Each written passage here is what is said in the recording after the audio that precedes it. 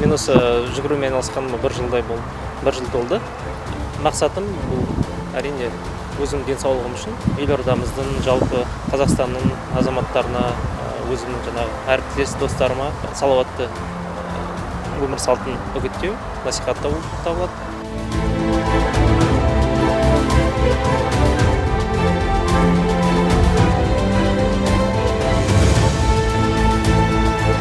21 шақырымнан 9 марафонды бағындырдым.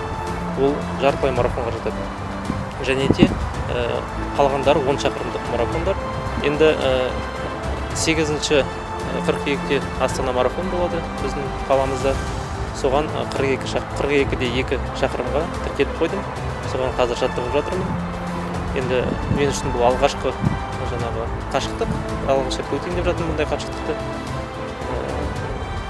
Соған қазір дайындық үстіндемін. Дайынсыз ба? Я өзім дайынмын деп есептеймін. Әрине аздап уайым бар, әрине, бірақ өзіме сенімдімін.